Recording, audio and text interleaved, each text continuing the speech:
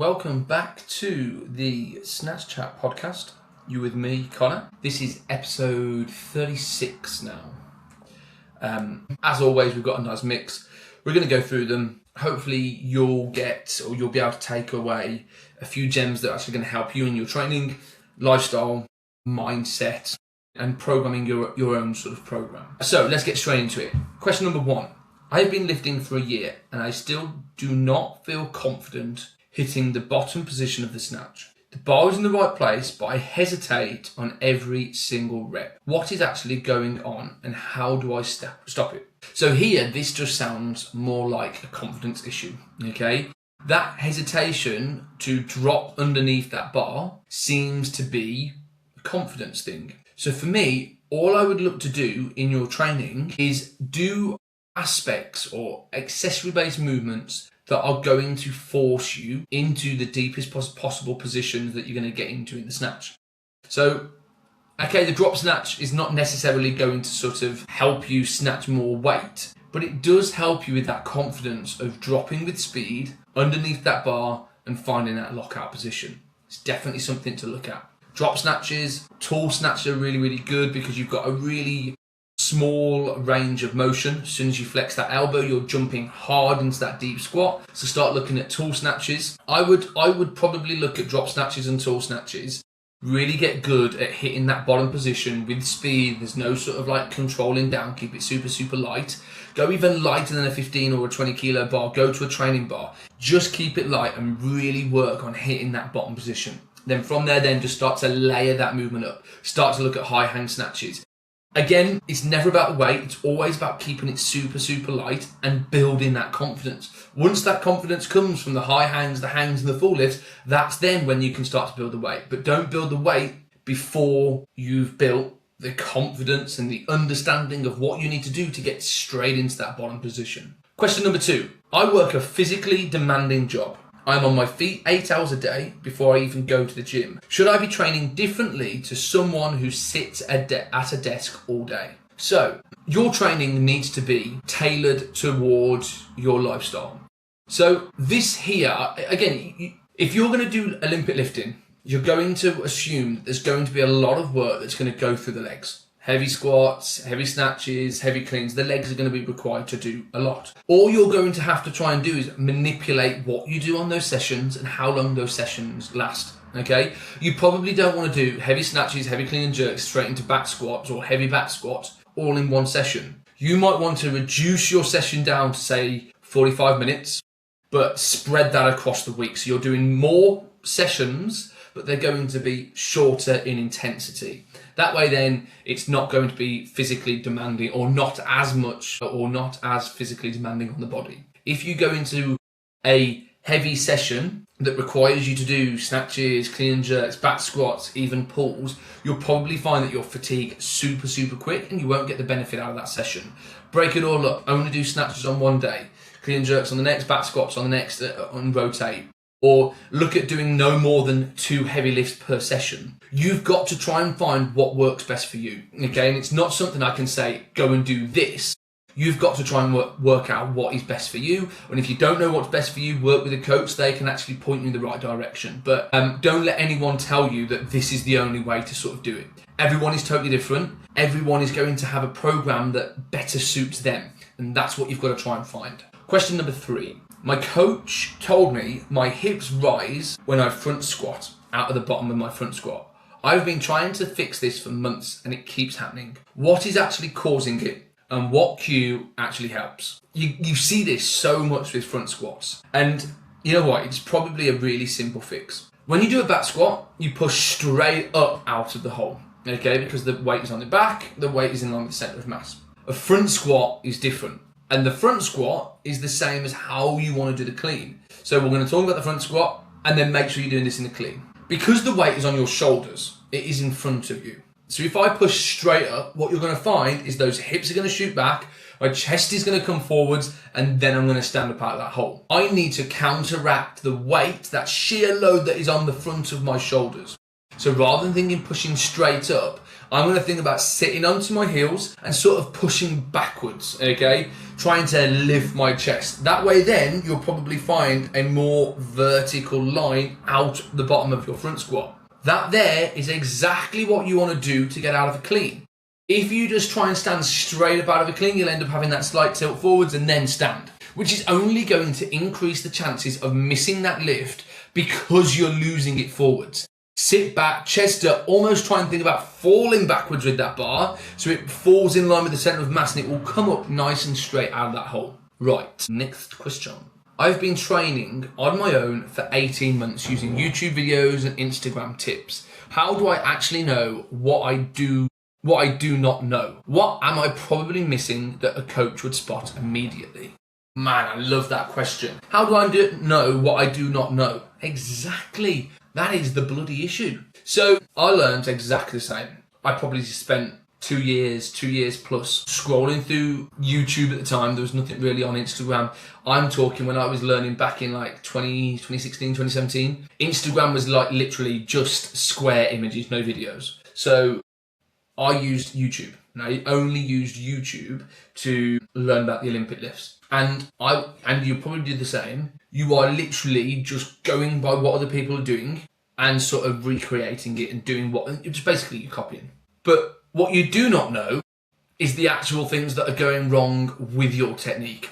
Okay, and I put a poster out about this today, and a lot of people generalize the issue that they've got with their Olympic lifts. I need to improve the speed under the bar. Oh, I've got this early arm pull. I'm jumping forwards, I'm jumping back, or I end up catching really high and then riding down nice and low. They are the superficial issues, okay? They're generalized problems within the Olympic lifts. What you've got to try and do is find the root cause of what is happening. And it's often somewhere at the start of that lift, way before the issue has actually occurred.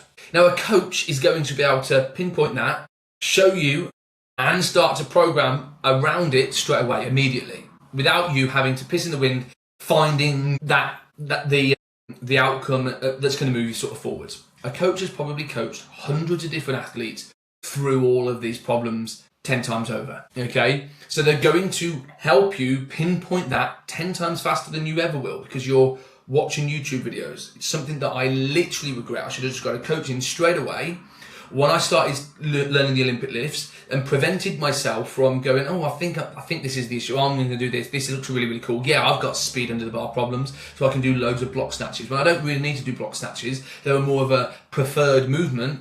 Really what I needed to do is work on the pull off the floor and not get sort of carried away with the fact that it felt heavy. So yeah, that is basically the thing. You've got to try and find out the root cause. And I have created something called 21 Days in 21 Ways. And it's 21 of my top favourite tips and tricks that are going to help you pinpoint these areas. Once you've pinpointed them, the techniques and the drills and the cues to actually help you overcome them. And you can access 21 Days, it's totally free. Every single day for the next 21 days, I'll give you a cue. You go and action it, and I can guarantee by just copying or by just utilising 5 of those cues, you're going to hit a new PB. Okay? And take it one step further. Cut out the middleman, stop the guesswork, get a coach involved. We've got the 7-day Opti Pass literally running throughout August, which is 7 days coaching trial. I am literally going to pinpoint the exact areas that are holding you back and actually start to devise that plan. You can go away and do that plan, or you can actually employ me as a coach, work within the Opti method, and we can actually move forwards. And I'll also add that link in below. So yeah, get involved. Just stop the guesswork. It's literally the best thing you can do. Next question. Is it better to train Olympic lifting 3 times a week properly or 5 times a week but rushed and under-recovered? I can do either, but I am not sure what actually produces the best results. Well, I think you've literally just answered the question. 3 times a week properly or 5 times a week rushed and under-recovered? It's obviously going to be number 3. 3 sessions. Why would you want to do 5 rushed and under-recovered sessions? You wouldn't. You're not going to get any benefit from that. You literally told yourself you're not going to get any benefit from that because you know that you're going to be under-recovered. So for me, listening to this question, I know 3 days a week is perfect for you. You know 3 days a week is perfect for you. Forget about quantity, just work on the quality. That is literally it. Yeah, there's nothing more to be said on that question. Question number 6. After the bull ring challenge, what is next for Oates? What are you doing with the money that you have raised? So, the bull ring challenge was 2 days ago from recording this, and when you listen to this, it will be a week ago. And so far, currently, we're just over £2,800, but I'm hoping by the time that you listen to this, we are at a massive £3,000. Now, the first thing that we are doing with the money is getting more platforms down. At the moment, we've got one big platform that can house 3 people. Then everyone else is on the rubber matting, which is absolutely fine, but the floor underneath is uneven, which means then you're landing uneven, the bar is uneven, it's not good, it's not quality. And Oates method is all about quality. So I want to get more platforms in, so everyone in every single class is going to have a platform, a bar and plates on their own in a really, really good setting. And that's the first thing. Prices have gone absolutely extortionate over the last 4 months. But through August, we're going to be looking to source the rubber, the wood, etc., to get it all down. So hopefully by September, when we run our workshop, and next week or the week after, I'll give you more information on the weightlifting workshop that we're bringing to Digbeth in September. We'll have this fully kitted out, awesome weightlifting facility down at CrossFit Digbeth, and I literally cannot wait. So if you haven't already, please, even if it's like £1, help us raise the money that we want to actually put together an awesome weightlifting community in the heart of Birmingham. I've added the link below. Let's see if we can just get over £3,000. The original goal, but again, I was pissing in the wind when I came up with it, was £4,000. Currently at nearly £3,000, which is just absolutely massive. Insane. It blows my mind. Next question. I have started wearing a belt in training. My coach says I am relying on it too much too soon. When is the right time to use a belt, and how should you actually use it in Olympic lifting? It's one of them, and it's really hard to answer that question because I don't think there is a right time, okay? You want to start to look at a belt when you feel that you want something to help you or reinforce the brace. Sometimes people feel it a little bit more in the lower back, and that's probably down to a weaker core and weaker stabilizing muscles. That's always the thing that you want to work on. But a belt gives you that security. It gives you something to push against. It helps you try and find that really rigid torso. And I don't think there's a specific weight that you need to hit before you get a belt. It's whenever you think that a belt is going to help you find this sort of strong torso that's going to help you out of a squat or out of a snatch and a clean. Again, you don't want to rely on it. You don't want to wear it for everything. You probably don't really want to wear a belt up until you're over 80-85% of your 1 rep max is in the snatch and clean and jerk. Probably a little bit sooner in back squats and pulls. Yeah, but it's one of those, and I don't think it's one size fits all, and I don't think it's right for anyone to say not yet. It all depends on your circumstances, what you're trying to get out of that belt, okay? So the first thing is, why do you want a belt? Is it because everyone else is wearing a belt? If that is the reason, it's not a reason to have a belt. But if it's a reason that you feel like you're losing the brace, you're rolling forwards, you're struggling to sort of create tension, or you don't know how to sort of brace correctly, a belt is actually really good at sort of showing you what you need to do to actually brace, and you can push against something that's going to keep you nice and firm. But again, don't rely on it. Still practice that brace without the belt, and only use the belt when you start to get over those certain percentages. Next question. Man, I feel like I'm blasting through this. I have been told my first pull is too slow. When I try to make it faster, the bar swings away from me. Why does trying to add speed in the first pull change the bar path? Do not let anyone tell you that first pull is slow. There's a guy down at the Oates Performance Lab called Arkan. He won't mind me saying this. We're actually talking about this on Saturday. Is that he has got a super slow pull off the floor. Okay, but he has got insane speed underneath that bar.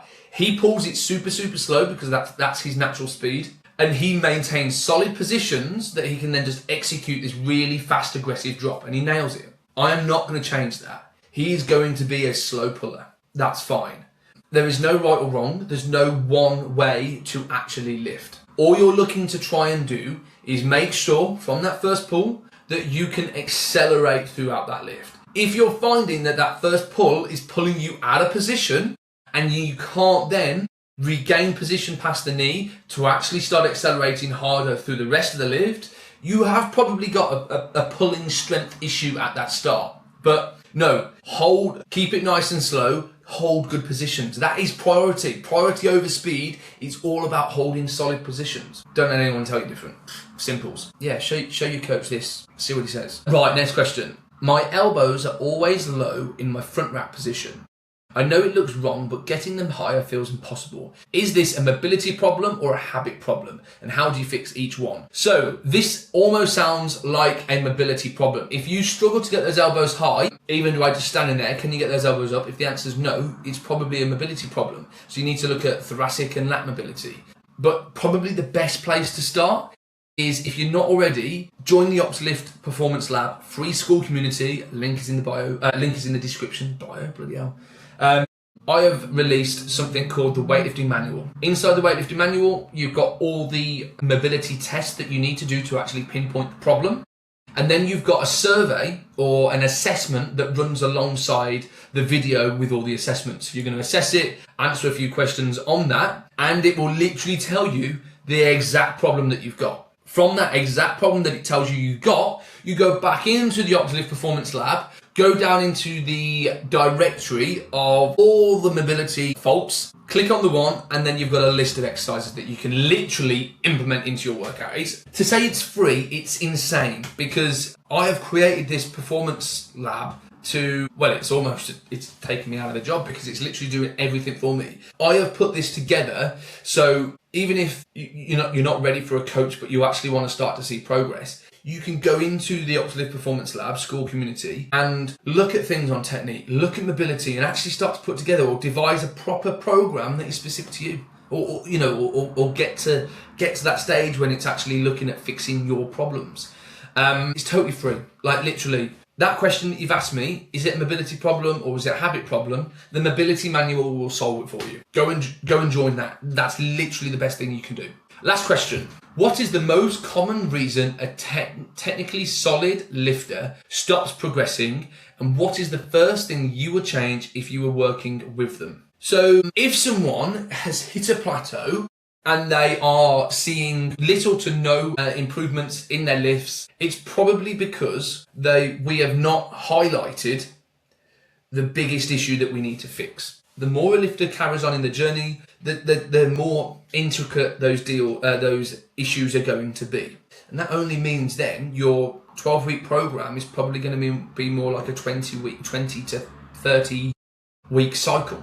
Okay, because we need more time to actually delve into that problem. Nothing really changes, just the fact that we've got to give it more time to fix those issues. And that's probably the thing. If you hit the plateau, we need to reassess and actually highlight the areas that we want to try and fix. From there then, let's put in that groundwork. And don't rush a program. You've got to be able to manipulate that program. Okay, 6-week strength cycle, let's give it a go. If you've not got where you want to be at the end of that 6-week cycle, we just create another 6-week cycle at the same sort of percentages. We don't need to build to hit a max for the sake of it. Just keep building bigger foundations. The bigger foundation, the bigger the PB at the top. Okay, the tallest building in the world, the Burj Khalifa, isn't built on small foundations. Larger foundations. When the next country builds the next tallest building in the world, they will build bigger foundations than the Burj Khalifa. Okay? And every single time those foundations are going to get deeper, they're going to get wider, they're going to get stronger. That is how you've got to start teaching yourself to train. Okay? And if you've been in it 2 to 3 years now and you're still doing weightlifting, it's all about consistency of showing up. Results are now going to be sparse. I've not hit a guaranteed snatch PB in about 3 years, but I know it's going to be there once I just give it that time and work on knitting together those areas. At the moment, I'm on a hypertrophy block, building more muscle because I know that my muscle is a lot lower than where it was when I first hit 110 kilos. First goal, let's get back there, still working on the technique. So once my technique is getting better and I've got more muscle or getting back to where I was with my peak muscle, I'm going to then start to see progression, okay? And I'm going to try and just keep on working it, not trying to push the boundaries. Keep on working it, starts to fall away, bring it back, keep on working it. And what you'll start to see is that it's 3 steps forwards, 2 steps back, 3 steps forward, 2 steps back, but you are still moving forwards overall. And that's what we've got to get to. That is the end of the Snatch Chat podcast. It's been relatively short, That's 10 questions. I think I'm getting better at just getting straight into the question.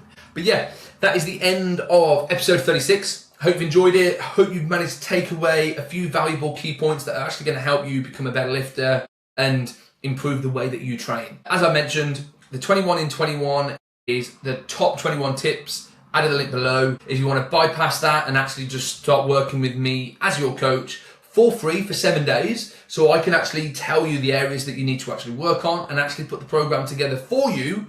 Use the OptiPass, which is linked below. And if you're not already, you are silly for this. Join the OptiLift Performance Lab to actually get the access for free, the weightlifting manual or the mobility manual and the weightlifting toolbox. Work your mobility, work your technique. It's literally everything you need to actually start making real progress in the Olympic lifts. I will see you next week for episode 37. Goodbye for now.